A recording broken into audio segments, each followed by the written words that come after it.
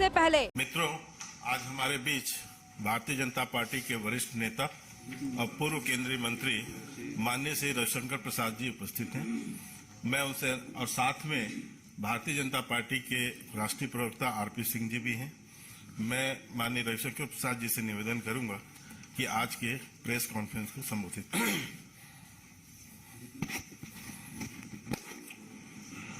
मित्रों नमस्ते।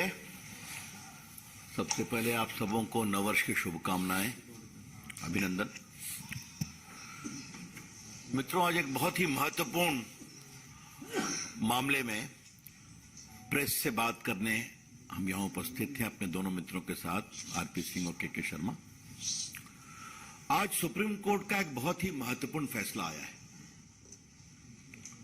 जिसमें उन्होंने 2016 के नरेंद्र मोदी सरकार के ऐतिहासिक फैसले, जिसमें 500 और 1000 के नोट को डिसर्कुलेट किया गया, डिमोनेटाइज किया गया था, उसकी वैधानिकता को चुनौती देने वाले सारे याचिकाओं को अस्वीकार कर दिया है।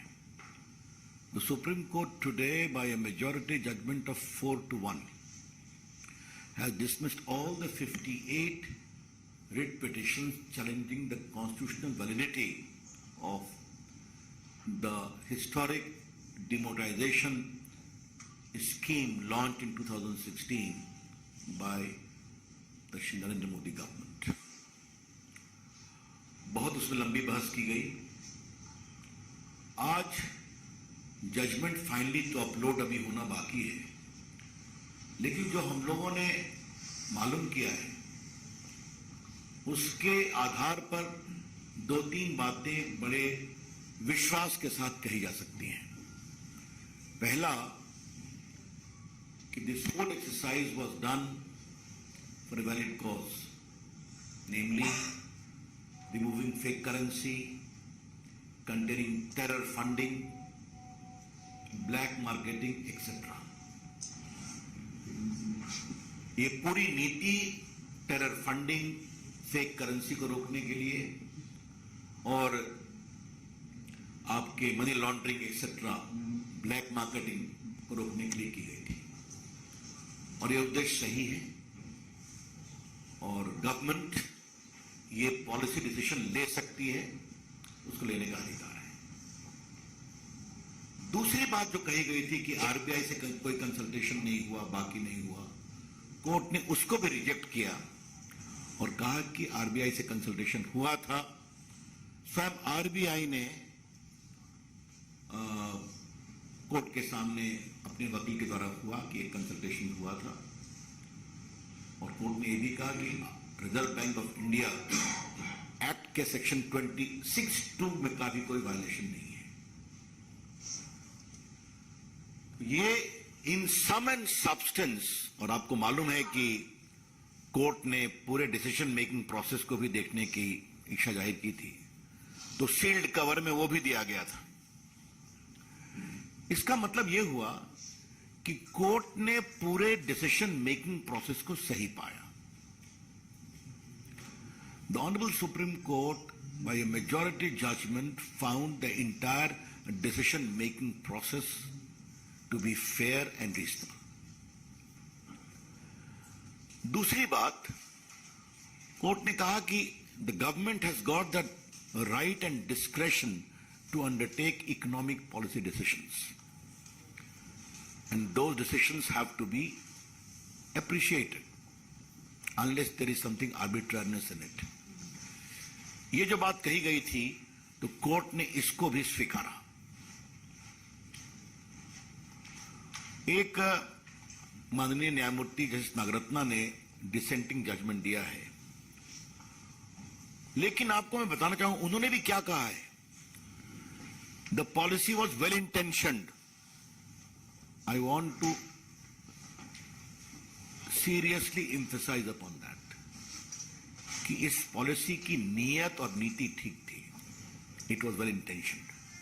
उन्होंने कहा है कि 26(2) के अंतर्गत यह नहीं होना चाहिए, आवश्यकता हो तो कानून लाना चाहिए। उनके निर्णय का भी हम सम्मान करते हैं, लेकिन मेजॉरिटी जजमेंट कॉन्स्टिट्यूशन बेंच के 5-1 का मैंने आपको विस्तार से बता दिया।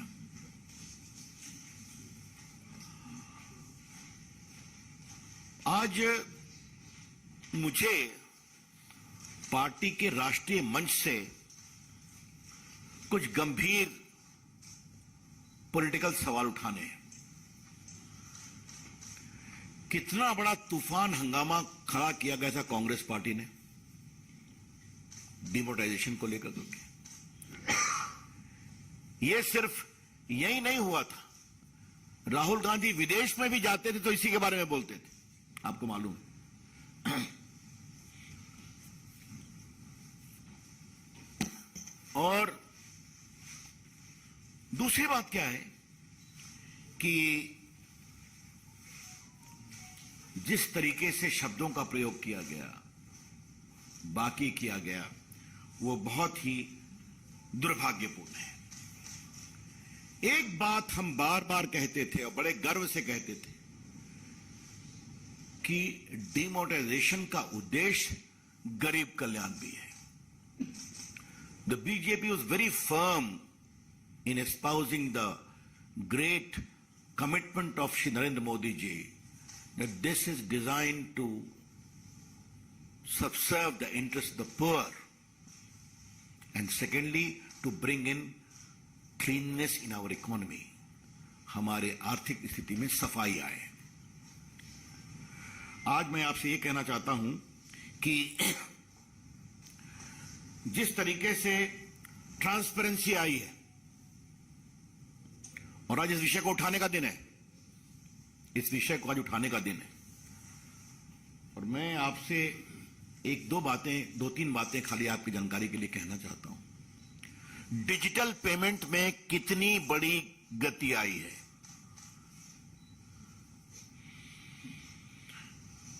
अक्टूबर 2022 यानी सिर्फ 1-1.5 महीना पहले भारत में 730 करोड़ डिजिटल ट्रांजैक्शन हुआ, worth 12 lakh crore. Just in October, India recorded a great bumper harvest of digital transactions worth 730 crores, amounting to 12 lakh crore transaction, rupees transaction। इसका मतलब समझा जाता है क्या? आज भारत डिजिटल पेमेंट में दुनिया का एक नेता बना है। भारत का जो पूरा फिनटेक मूवमेंट है, यूपीआई, ये सब आप देखते हैं ना। आज भारत में कितने डिजिटल पेमेंट एप्स आ गए, ये आपने देखा है ना। आज भारत का गरीब आदमी भी डिजिटल पेमेंट करता है, ऑटो वाला भी डिजिटल पेमेंट एक्सेप्ट करता है। तो ये कैसे हुआ? ये हुआ नोटबंदी के बाद, जो डिजिटाइजेशन ऑफ डिजिटल इंडिया में कंट्री को आगे बढ़ाया गया, ये उसका कारण है। अब मैं आपसे एक बात और कहना चाहता हूं कि 16-17 में लगाया गया था। मैं आपको कुछ 3-4 एग्जाम्पल दूंगा, ज्यादा नहीं दूंगा। 17-18 में, एक साल बाद, देश का टैक्स कलेक्शंस 18% हायर हो गया। It was 10.3 lakh crore the very next year. अब तो और बढ़ा है। आपको जानकर खुशी होगी कि आज देश में इनकम टैक्स देने वालों में करोड़ों की संख्या बढ़ी है। ये चर्चा बार बार सदन में हुई है, इसलिए मैं उस पर आपको ज्यादा नहीं बोलूंगा। लेकिन जरा मुझे आप ये बताइए कि नोटबंदी के बाद 2,38,000 फर्जी शेल कंपनियां पकड़ी गई कि नहीं पकड़ी गई? 2,38,000। We would like to emphatically emphasize that 2,38,000 shell companies were caught, transactions stopped after notebandi became a reality. आपको मालूम है, बेनामी संपत्तियों का जो जब्ती हुई है आपने देखा होगा, वो मुझे बताने की जरूरत नहीं। मनी लॉन्ड्रिंग में क्या हो रहा है या मुझे बताने की जरूरत नहीं है। और the most important point I would like to highlight the informal sector's involvement in the economy has got reduced from 52% to 20%. I repeat, the informal sector component in the economy of India got reduced from 52% to nearly 20%. बाकी आपने कई बातें देखी हैं, मुझे बताने की जरूरत नहीं है. Terrorism, fake currency. क्या पाठक को हुर्रियत का दफ्तर बंद हो गया ना श्रीनगर में? बंद हो गया कि नहीं? पत्थरबाजी, ये आपके सामने है. पीएफआई के खातों को बंद करना, एक्शन लेना. तो टेररिज्म की रीढ़ को तोड़ने में नोटबंदी ने बहुत बड़ा काम किया है. The demonetization scheme has done a great service to the cause of breaking the backbone of terrorism. क्योंकि फाइनेंशियल सपोर्ट उनका खत्म हो गया.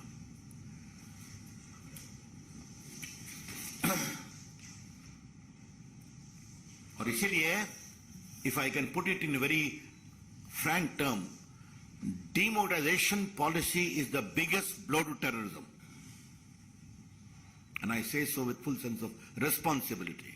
Because terror funding is integral to terrorism. आतंकवाद को बढ़ाने के लिए आतंकवाद की फंडिंग बहुत जरूरी है. और हमने गरीबों की बात कही थी. आज आपने देखा ना कि 2.33 करोड़ बैंक अकाउंट खोले गए हैं गरीबों के. डायरेक्ट बेनिफिट ट्रांसफर में कितना, जनधन अकाउंट में कितना फायदा हुआ, ये सब आपको जानते हैं. मुझे आज इसको विस्तार से बताने की जरूरत नहीं है. कभी होगा तो हम उसकी चर्चा करेंगे.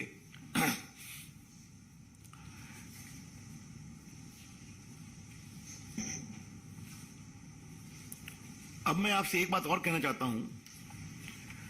प्रधानमंत्री जनधन योजना में भी जो जितने डिपॉजिट थे वो भी बहुत आगे बढ़े. तो ये जो हमारे कांग्रेस के बंधु लेड बाय राहुल गांधी बार बार ये हल्ला करते थे, तो कभी आप समझने की कोशिश करते हैं क्या?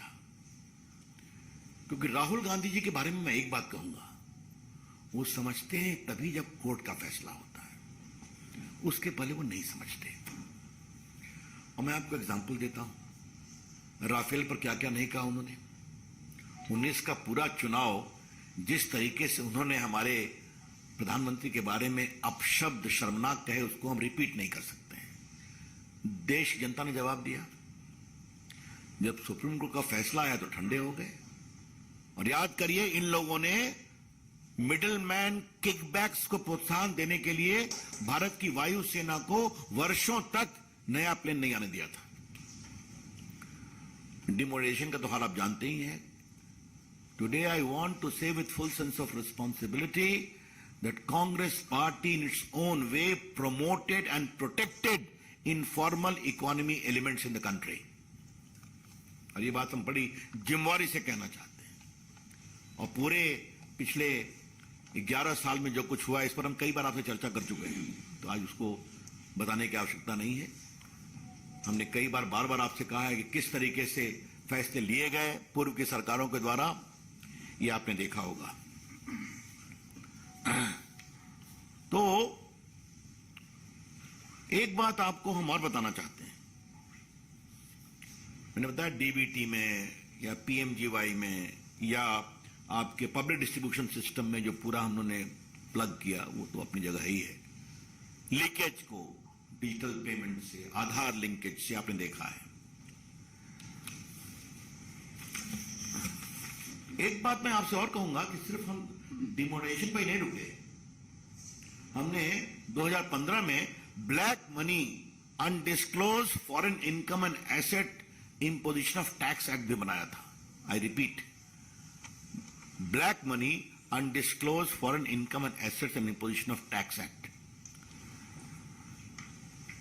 आपको जानकर आश्चर्य होगा कि इस कानून के अंतर्गत 62,250 करोड़ अनडिक्लेयर्ड इनकम टैक्स के सामने आया.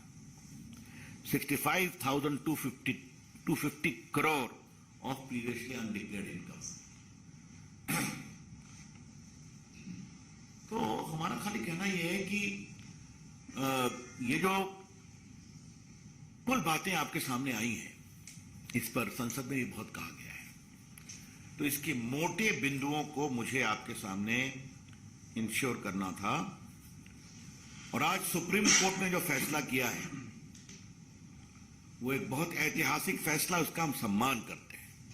और ये फैसला देश हित में है, और एक देश हित में किए गए फैसले को कोर्ट ने सही माना है।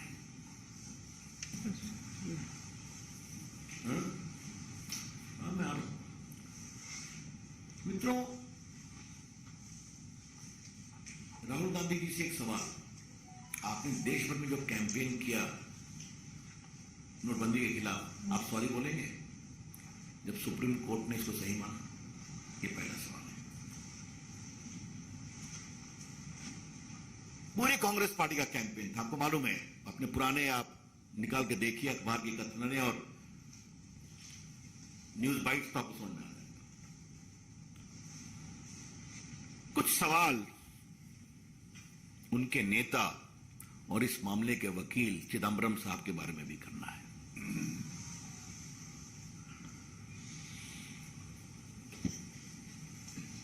मेजॉरिटी जजमेंट पर खामोश है।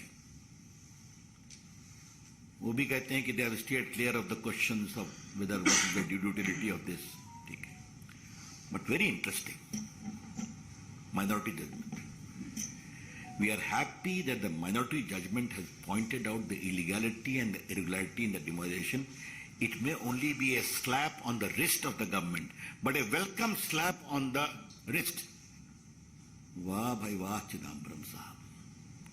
I repeat, it may only be a slap on the wrist of the government, but a welcome slap on the wrist.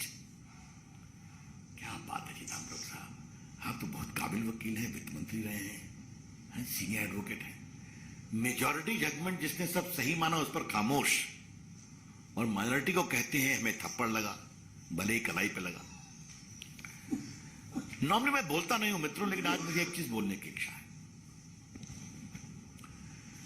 Chidambaram साहब बड़े वकील हैं, उनका अधिकार है।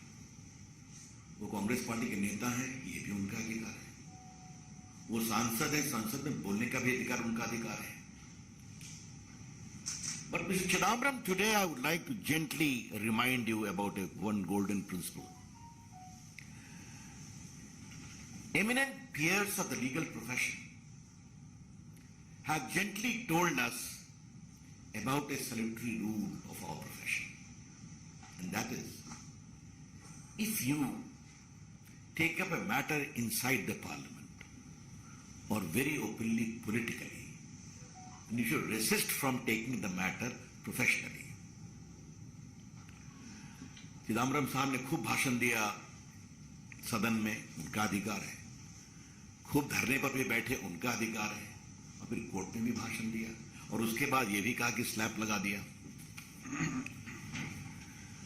मुझे याद है Fali Nariman, an eminent don of our profession, Rajya Sabha में बैठा हुआ था, उनका एक सवाल था, उन्होंने उठ के कहा, चेयरमैन सर, इस पर मैं कोर्ट में बहस करने वाला हूं, इसलिए मैं अब सवाल नहीं पूछूंगा।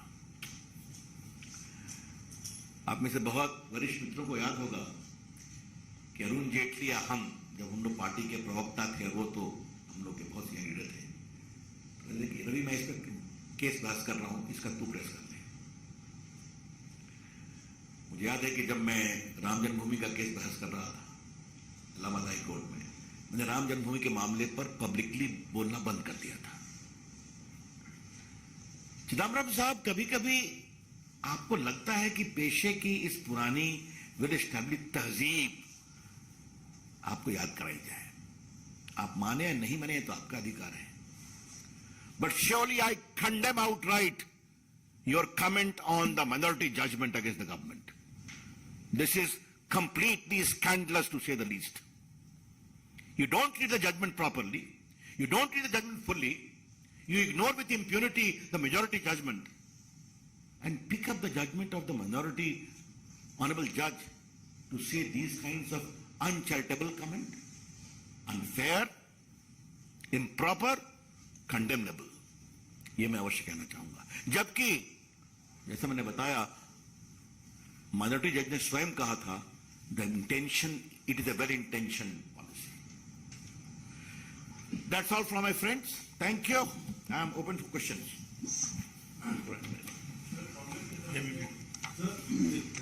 रवि जी पवन खेड़ा पहले कांग्रेस के साथ एक ही प्रश्न किया जा रहा है कि आउटकम को लेकर आज डिटेलिंग कुछ नहीं किया गया, तो प्रोसेस को लेकर तो अजीब बात कर रहे हैं. कोर्ट में आप काहे के लिए जाते हैं? ये तो मैं कांग्रेस के लोगों पर क्या बोलूं? थोड़ा सा लिख पढ़ करके बोला करें ना. कोर्ट के सामने कोई पॉलिसी जाती है तो कोर्ट क्या देखती है? क्या यह पॉलिसी असंवैधानिक है?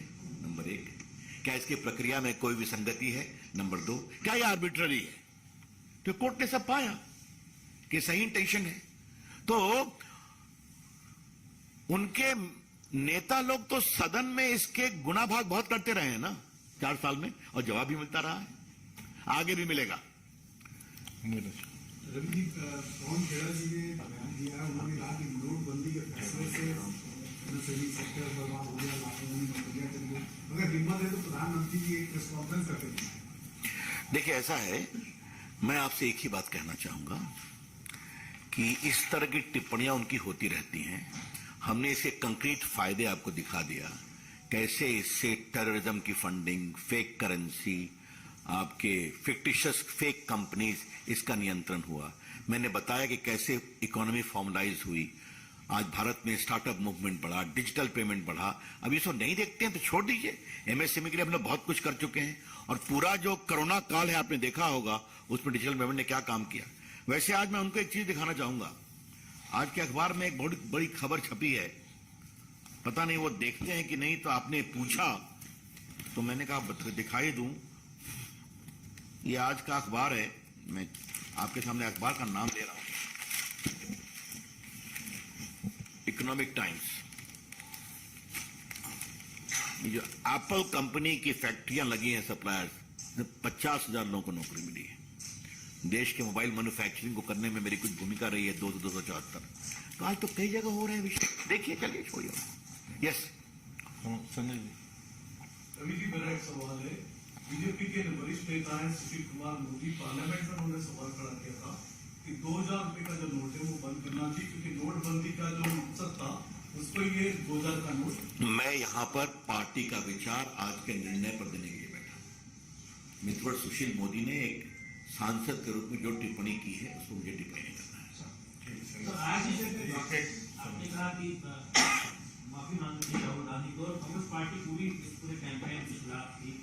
जो नोटबंदी को लेकर उन्होंने किया था, सरकार के फैसले को गलत रहा था. अब तो सुप्रीम कोर्ट का फैसला आ गया, उनके जो प्रतिक्रिया आ रही वो तो ठीक उलट है, माइनॉरिटी जजमेंट को हाईलाइट कर रहे हैं, तो बाकी कहाँ मांग रहे हैं. तो आप ये क्या समझते हैं कि कांग्रेस पार्टी कभी हमारी बात का समर्थन करेगी? ये कभी सोच लिया है आपने? बार बार बातें समझाई गई हैं, हर में हारते हैं. जो कांग्रेस पार्टी के मित्र सवाल कर रहे हैं, मैं उनको बहुत विनम्रता से कहूंगा, पॉलिसी का गुण और दोष का विचार सदन के पटल पर होता है. आपने भी अपनी बात कहते हैं, हम भी अपनी बात कहते हैं, क्योंकि हमारी जिम्मेवारी सदन के प्रति होती है. कोर्ट के सामने निर्णय की प्रक्रिया, क्या यह आर्बिट्ररी है, क्या इसका कोई मकसद है, क्या संवैधानिक मानदंडों के खिलाफ है, इस पर विचार होता है. I repeat, courts are meant to adjudicate whether the decision making process is fair, is it violative of any constitutional provision, does it have a proper objective, and is it arbitrary. तो ये तो विचार वहां हुआ. तो इस पर भी वो टिप्पणी कर रहे हैं, तो मैं इतना ही कहूंगा, थोड़ा होमवर्क करने की जरूरत है.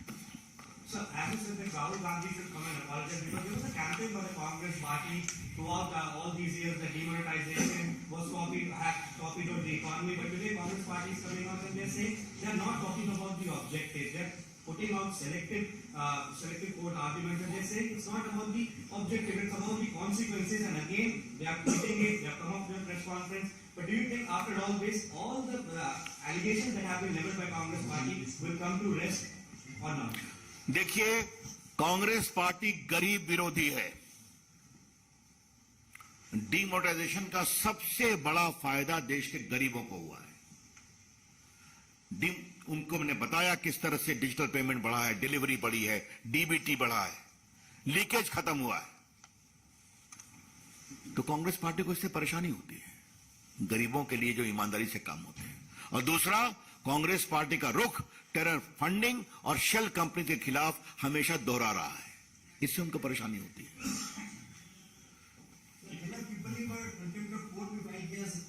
चलिए, हाँ,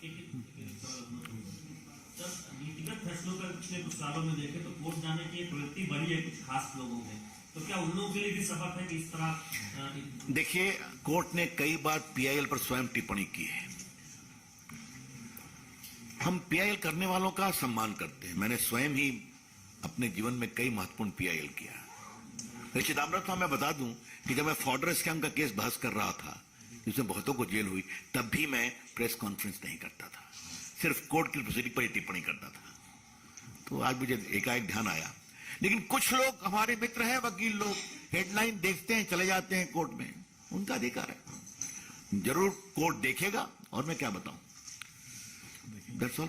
नहीं, देख लेगा जी ना। आज बहुत बड़ा सवाल इसी पर है। चलिए, okay, thank you. Thank you, नमस्ते।